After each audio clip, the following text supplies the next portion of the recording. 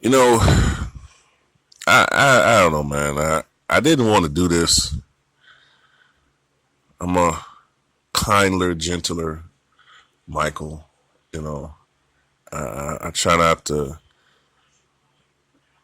be as harsh as I used to be, but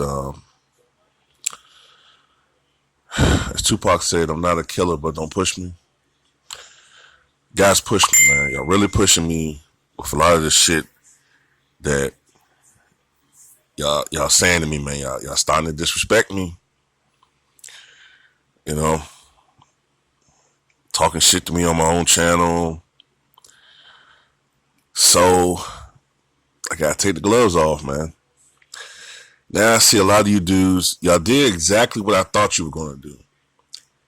LeBron fans, what they do when you criticize LeBron James and they don't really have an argument, they start deflecting and start bringing up flaws or perceived flaws of Michael Jordan or Kobe Bryant or whatever.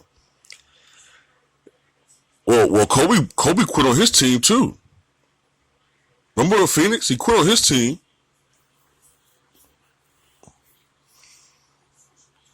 Jordan was a gambler.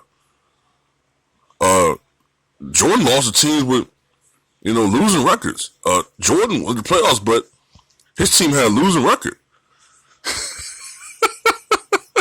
Pippen didn't get the credit he deserved.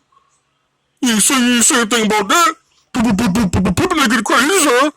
But y'all ain't say anything about that. Fools! All of you. First of all, let's get one thing straight. A couple people said to me, well, I remember an instance where Jordan was going up against this guy and he allegedly said, I'm the best in the world. He was going up against such and such and said, I'm the best player. OJ Mayo said, man, I'm the best player in the world. That's different. I'm talking about, I've never heard an NBA player until yesterday go on the public record in a public forum and say, I'm the greatest player of all time. Sure, I've heard stories Kobe said, I'm better than Mike in a competitive atmosphere when he playing against other players in a game or what have you, or trash talking off the record. That's different. I'm talking about somebody going in a public forum but in front of cameras and said, when I did XYZ or ABC, that made me the GOAT. Do you understand the arrogance it takes to say something like that? The audacity to say something like that with the history of the NBA? To say, I'm greater than Wilt, I'm greater than Kareem, I'm greater than Michael, I'm the best. Because I'm going to tell you something right now. Since he said that, if you motherfuckers thought I was hard on LeBron James before this motherfucker failed, I'm going to blitz his ass.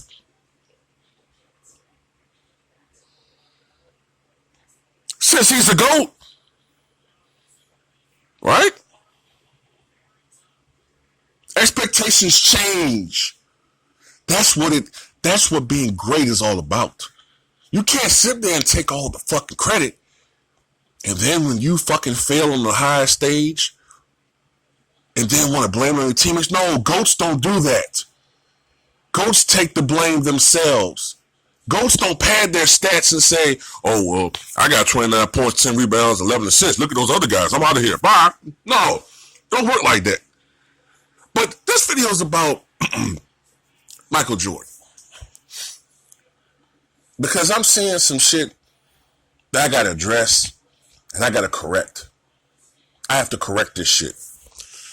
Now, about Michael Jordan going to the playoffs with a losing record, let's put things into perspective, okay? His first year, the rookie, matter of fact, I'll start with the first year, the rookie year, 84-85 season. Okay. Bulls weren't very good. All right. The Bulls only won 38 games that year. They went 38-44. Doesn't sound like much, right? But if you remember the year before, if you read about history, the 83-84 season, they only won 27 games. So with a shooting guard added to the roster, a rookie, they add 11 wins in the win column. For a shooting guard to do that in that era, in a league that was still more or less dominated by centers and small forwards and power forwards, it was very impressive, especially in the stacked Eastern Conference, where you still had the Boston Celtics, you had the Philadelphia 76ers, who was still a very good team and only a couple years removed from a title. You had the Milwaukee Bucks, who, in my opinion, were the best team in the 1980s not to go to the NBA Finals. Remember, I said that about the Bucks, okay? You had the up-and-coming Detroit Pistons. You had an Atlanta Hawks team that was slowly getting better, okay? With Dominique Wilkins. So the Eastern Conference was very, very strong. 85-86. Well, Jordan only went to the playoffs. They only won 30 games. Well, let's put that into perspective, shall we? Let's go deeper. No, these ain't shallow arguments. This ain't ESPN. I'm a scientist about this shit. I go deeper. Yeah, they only won 30 and 52, but you know what? That's the same year Michael only played in 18 games. The first 3 games of that season before he broke his foot, the Bulls were 3-0. Then he missed 64 games with a broken foot. Comes back, they go 6-9. Now remember, this is not a good team. So in the games that he actually played, they went 9-9. And remember, the last 15 games of that season that he played in limited minutes. They were limiting his role. He was battling with the organization about wanting to play more minutes. But they limited him to like 20-something minutes. And even with that, his efficacy was couldn't be denied, because they still went 6-9 in that period.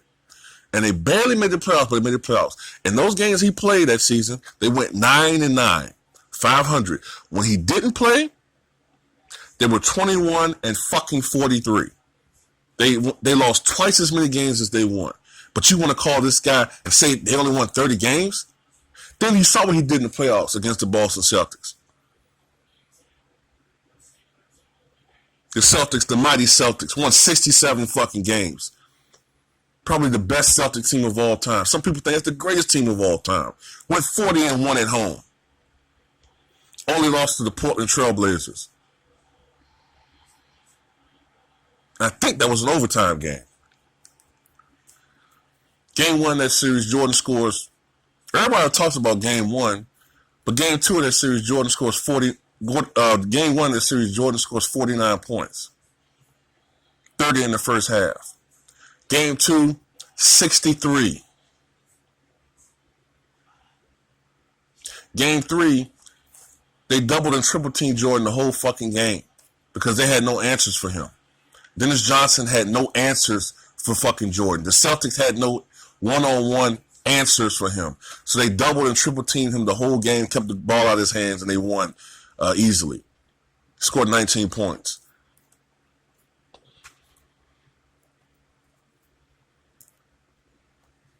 The next year, Doug Collins says, well, shit, you know what? We need to do this, pretty much just give Jordan the ball every fucking time. We almost beat the Boston Celtics in the game. In the playoffs, we were competitive when Jordan was shooting the ball 40 times. Let's just give it to Michael Jordan. Jordan averages 37 points a game during the regular season. The Bulls go 40-42. Now, guys will say, well, they still have a losing record. Well, let me tell you this.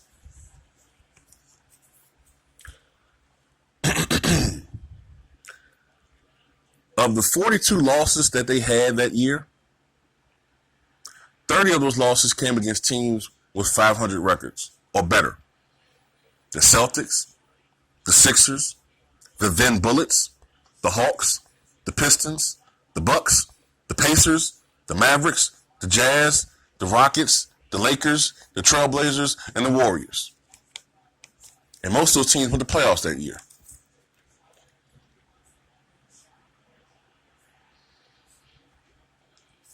Matter of fact, I think it was over 30. I think it was more like 32 or 33 of their 42 losses came against teams with over 500 records. I think close to 20 of those losses came against teams that won 50 games or more. And you know why? Because the league was more competitive then. See, you didn't have teams to beat up on that are perennially bad. The Timberwolves weren't in the league yet. The Timberwolves have been a perennially bad team. The Heat, they've been good. All right, they've been good since the 90s, more or less. But the first 8 years of their existence, they were a horrible team. The Raptors, up until this decade and the Vince Carter era, exclude that, they've been a perennially bad team. The Raptors weren't in the league yet. The Grizzlies came in the league in the mid-90s. Up until recently, they've been a horrible team that some teams can pad their wins records against. Weren't in the league yet. The Hornets, guess what? Weren't in the league yet. The Hornets, except for the noise they made when they had Larry Johnson, Alonzo Mourning, Muggsy Bogues, Dale Curry, Kendall Gill, then later on with the Glenn Rice teams. With the exception of that, and now they're getting a little bit better with Kemba Walker trying to build a team around him. But for the most part, the Hornets have been a pretty bad team. You get what I'm talking about. They didn't have all these teams to pad your record on. He had to go up against the best teams more or less night in and night out. He played the Boston Celtics, I think, 5 times that year. He played against the Pistons like 6 times that year. You see what I'm saying? You didn't have all these teams you can just pad your record against.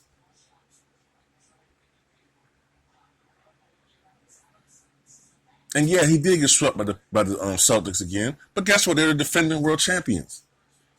What are you talking about? And he still averaged 36 points a game against them.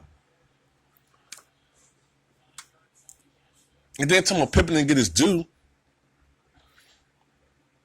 Well, look. That was Michael Jordan's team. And the early criticism of Scottie Pippen was pretty justified. You know what I'm saying? And then Scottie Pippen didn't come in the league gangbusters. If I'm not mistaken, I think he averaged 7 points per game his rookie year. He slowly developed into the player that he became in the 1990s. Okay? And Scottie Pippen did get his due. Scottie Pippen is pretty much universally seen as the best defensive small forward of all time. All right? Scottie Pippen is seen as a 50 greatest player of all time. Some people don't agree with that, but he's seen as a 50 greatest player of all time. He was named one of the 50 greatest players of all time. And there have been many times when Scottie Pippen was responsible for shutting down marquee opposing players in games, making big plays. He was the one that shut down Mark Jackson and the Indiana Pacers offense in critical junctures again in 1998 Eastern Conference Finals. He was the one that gave Magic Johnson problems in 1991 NBA Finals because you didn't see that. You think he'll get his fucking just due. Now, some of the criticisms that Scottie have had are justified. Sometimes, in certain critical moments for the teams, Scottie Pippen didn't step up, especially when Michael Jordan retired. Now, someone said Michael Jordan choked against the Magic and quit in '94. First of all, Michael Jordan was playing baseball in 1994. Wasn't in the NBA. If you reference in 1995 Eastern Conference semifinals, no, he did not quit. He might have, for his standards, choked a little bit in certain situations because he wasn't the same player, and he made adjustments to his game because he wasn't the same athletic guy he once was prior to his 1993 retirement. But he didn't fucking quit on his team. He never did. Stop lying. Stop making up shit. And what the fuck does gambling got to do with his NBA career? That's not basketball related. That's like me bringing up LeBron James and any type of philanthropy or anything that he's doing off the court. That has nothing to do with basketball. Stop deflecting when you have no fucking argument against me. And then you bringing up Michael Jordan was saved by Dennis Rodman. Man, shut the fuck up, okay? Dennis Rodman is a great player. And you can make the argument that he could have won Finals MVP in 1996. But Michael Jordan was going up against Gary Payton. Arguably, they put Payton on Jordan, I think after, game 3 of that series? Gary Payton was the reigning defensive player of the year. Yeah, he gave Jordan problems in that series. He gave everybody problems. He gave John Stockton problems. He gave every shooting guard problems. Michael Jordan's not fucking a robot, a cyborg. He's a human. But I think Michael Jordan still averaged 27 points per game in that series.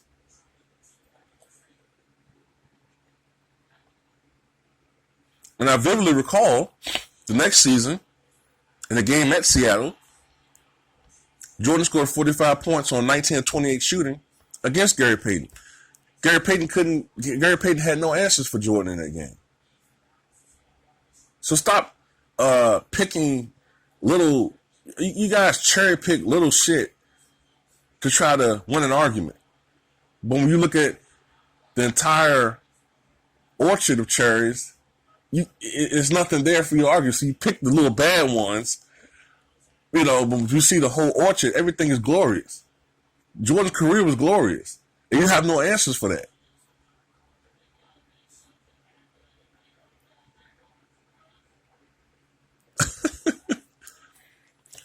Yeah, Jordan shot 42% in the Seattle series, but the whole league as a whole shot bad. Scottie Pippen shot bad in that series.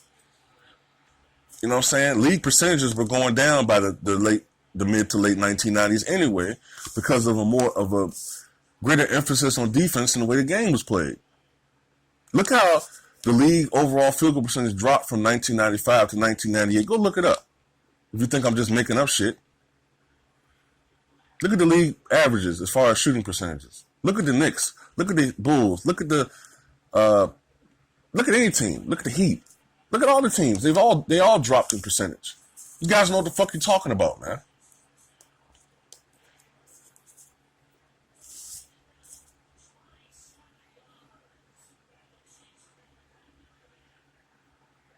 And Michael Jordan did not have it easy in the playoffs. Never had it easy. What are you talking about?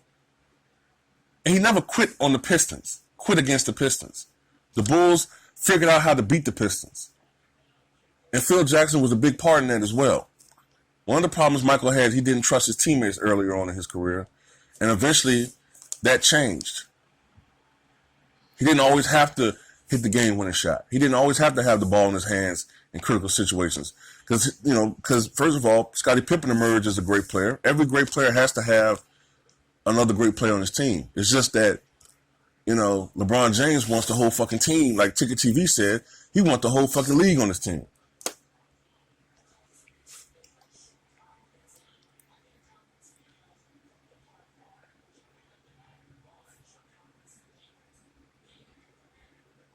In 1988, the Pistons beat the Bulls, I think, 4-1. 1989, the Pistons beat the Bulls 4-2. In 1990, they won 7 games with the Pistons. If I'm not mistaken, that's progress. And they're going up against a Piston team the last 2 years that won 63 and 59 games. Swept the Lakers in the playoffs in 89. Beat Portland, the best team in the Western Conference, 4-1. What do you want from Michael Jordan? You think he's a mutant or some shit? Then in 91, they beat the Pistons 4-0 in the Eastern Conference Finals. You never heard from the Pistons again until 2004. The man dominated the 1990s. Yes, the league was somewhat watered down in the late 1990s, but it was still more competitive than the NBA has been up until recently.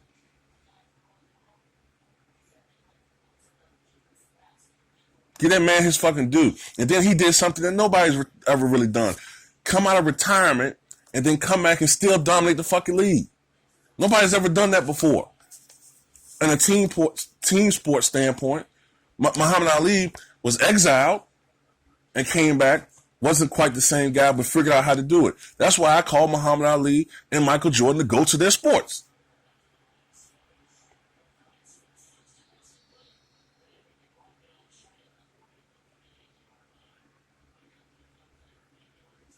LeBron James had a great achievement in 2016 when they won, came back from 3-1. But Ticket TV, I forgot to even mention this. Ticket TV mentioned this, and shout out to Ticket TV, subscribe to him. LeBron James in game 4, going into game 5, rigged that series in his favor when he brought to attention about what Draymond Green called him and Draymond Green's actions. Him and Brian Windhorst, another LeBron fan in the media, brought to attention to ESPN, tape and everything, brought to attention to the NBA, and they ended up suspending Draymond Green that series. This was back when Draymond Green could still score to an extent. This was when Draymond Green could still shoot. Remember, Draymond Green scored like 35 points in game 7 of that series. That had a tremendous impact on that series. But you guys don't want to address that.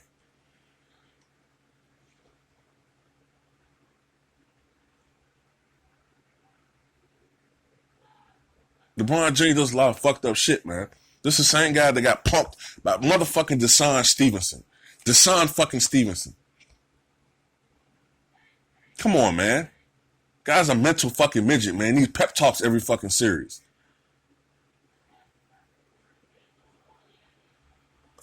I'm out of here, man. I'm done. Stop bringing up Michael Jordan's fucking name and shit when you have no argument.